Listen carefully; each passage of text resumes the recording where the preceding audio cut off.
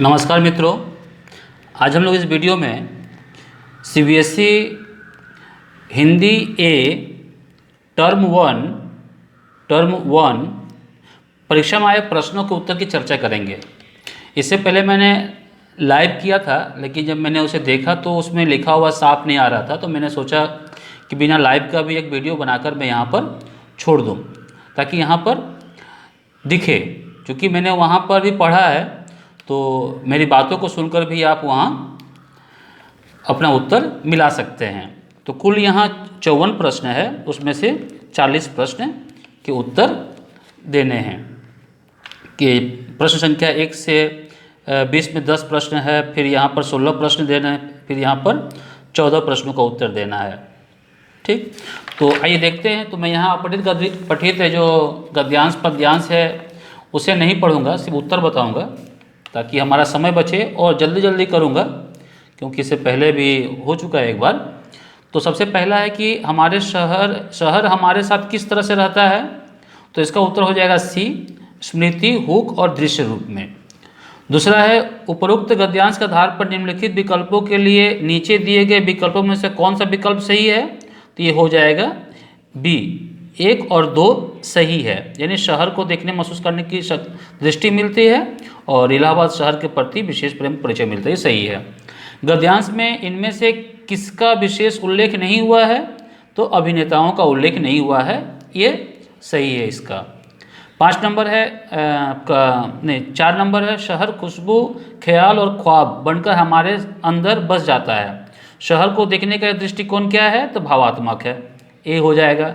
5 number गद्यांश के आधार पर इलाहाबाद के बारे में कौन सी विशेष बात पता चलती है, तो हो जाएगा सी नंबर, वहाँ विपन्नता का वैभव और गरीबी का गौरव है। इसके बाद आपका आ जाएगा यहाँ पर अपठित गद्यांश 2 का 6 नंबर, वाद्य यंत्र और आवाज़ का कौन सा युग्म सही है, डी हो जाएगा, सागर वीणा मनुष्य की आवाज़ के निकट, 6 का डी हो जाएगा। 7 नंबर उपरोक्त गद्यांश के आधार पर निम्नलिखित विकल्पों के लिए नीचे दिए गए, ठीक है, नीचे दिए गए विकल्पों में से कौन सा विकल्प सही है, तो इसका उत्तर हो जाएगा आपका डी, 1 और 3 सही है और 2 गलत है, ये हो जाएगा। फिर आपका है 5 नंबर गद्यांश में प्रमुख रूप से किसे महत्व दिया गया है, तो मनुष्य के स्वर को। 9 नंबर गीतों की एक पंक्ति के भीतर उपन्यासों की विशाल और जटिल दुनिया कैसे समा सकती है, तो सी हो जाएगा, भावनाओं की गहराई से। और फिर 10 नंबर है प्रस्तुत गद्यांश का केंद्र विषय क्या है, तो यह है मनुष्य और संगीत का संबंध, बी नंबर। फिर इसके बाद है अपठित काव्यांश, तो इसका भी उत्तर हम लोग सिर्फ देखेंगे। 11 नंबर कोरोना अन्य बीमारियों से भिन्न कैसे है, इसने आदमी को अकेला कर दिया है, ए नंबर सही है। 12 नंबर है कवि ने बीमारियों को सहृदय क्यों कहा है, सी नंबर हो जाएगा कि उनमें मित्र और प्रियजन मिलने जुलने आ सकते थे लेकिन कोरोना में नहीं आते हैं, ठीक है। फिर 13 नंबर है कि बीमार को किस बात की अपेक्षा नहीं रहती, तो लोग उसे अपने हाल पर छोड़ दे, ये हो जाएगा सी नंबर। 14 नंबर है मरीज का हाथ अपने हाथ में लेकर कुछ नहीं होगा तुम्हें कहने का आशय क्या है, तो मरीज को दिलासा देने का प्रयास, सांत्वना देने का प्रयास। फिर 15 नंबर है कि कविता में व्यक्त केंद्रीय चिंता क्या है, तो बीमारी और अकेलापन। अब इसके बाद अथवा में चला आ रहा है आपका अपठित काव्यांश को एक करना था, तो इसमें से जो है काव्यांश पद्यांश को एक करना था, जो दिया गया है यहाँ पर 10-10 है तो 20। इसका प्रश्न इधर है, हम लोग देखते हैं उसे। तो 15 के बाद जो है चला आएगा 16 चला आएगा।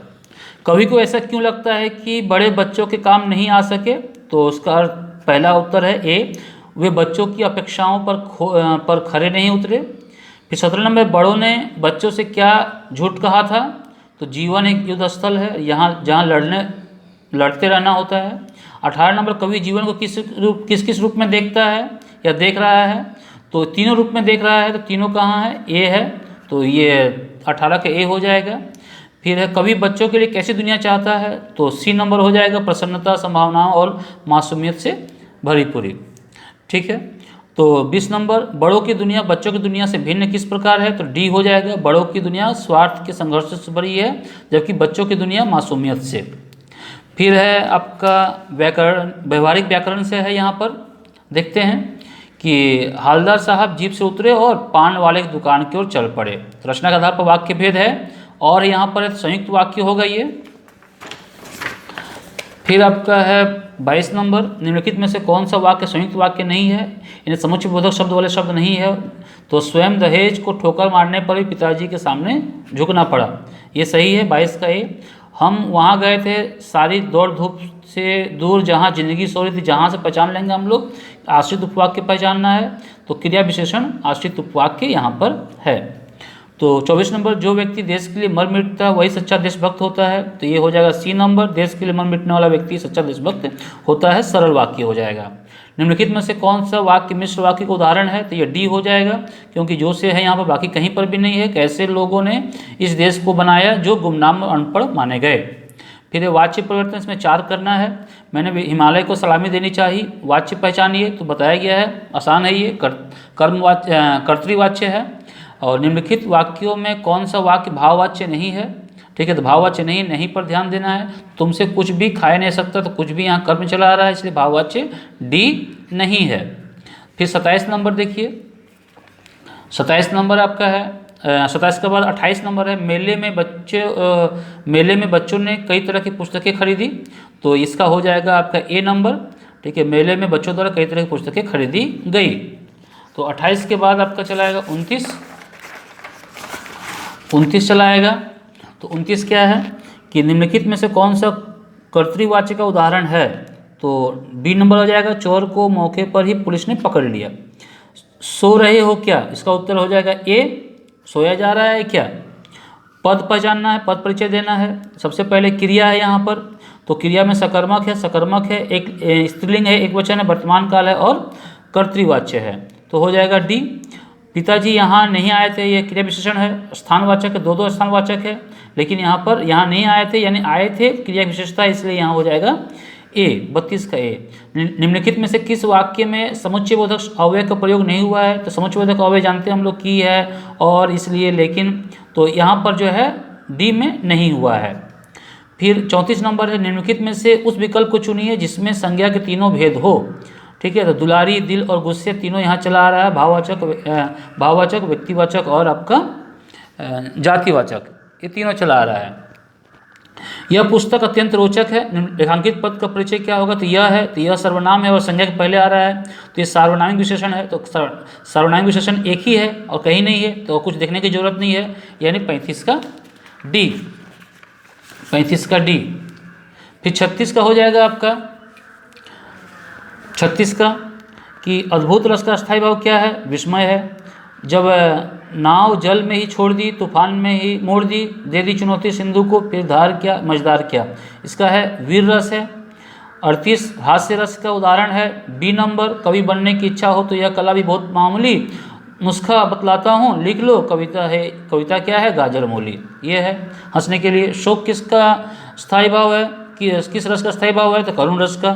तो बसो मेरे मोरे नंदन में नयनन में नंदलाल, मोहनी मूर्ति सांवरी सूरती, नैना बड़े विशाल, मेरा प्रभु संतन सुखदाई, भगत बछल गोपाल। यहाँ आलम्बन कौन है? तो आलम्बन जो है कृष्ण है, तो कृष्ण को ही बोला जा रहा है। ठीक है, तो फिर इसके बाद आपका ये पठित है, पठित काव्यांश होगा, गद्यांश होगा यहाँ पर।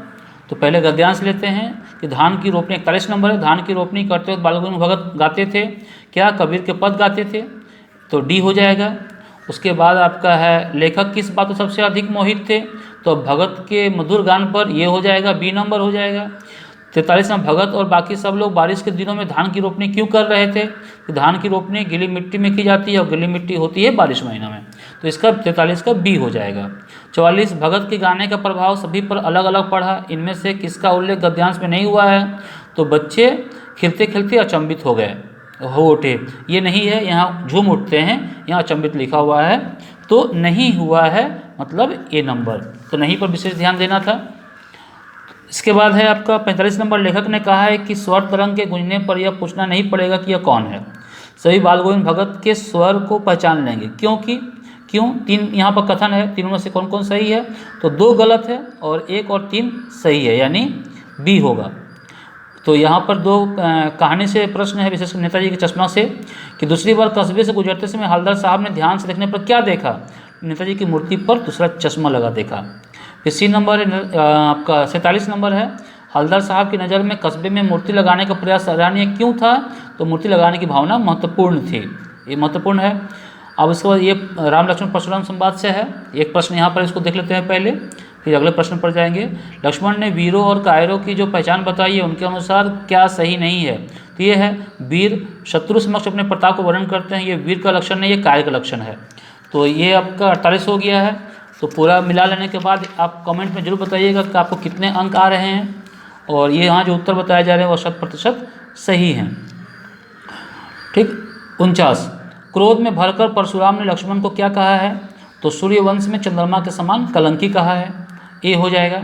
50 नंबर, परशुराम ने विश्वामित्र से किस प्रकार लक्ष्मण को समझाने की बात की है? तो अपने प्रताप, बल और क्रोध के वर्णन द्वारा समझाने की बात कही है।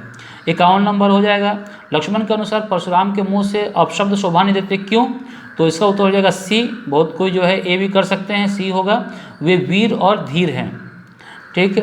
लक्ष्मण ने परशुराम से कहा, आपके रहते आपका सुयश और कौन बता सकता है? ऐसा कहने पीछे क्या था? व्यंग था। तो पूरे यहाँ पाठ में ही लक्ष्मण द्वारा कही गई बातें व्यंग है, तो व्यंग्यात्मक है ये। फिर अंतिम 2 प्रश्न है वो कविता पर आधारित है, वो भी सूरदास के पद से है।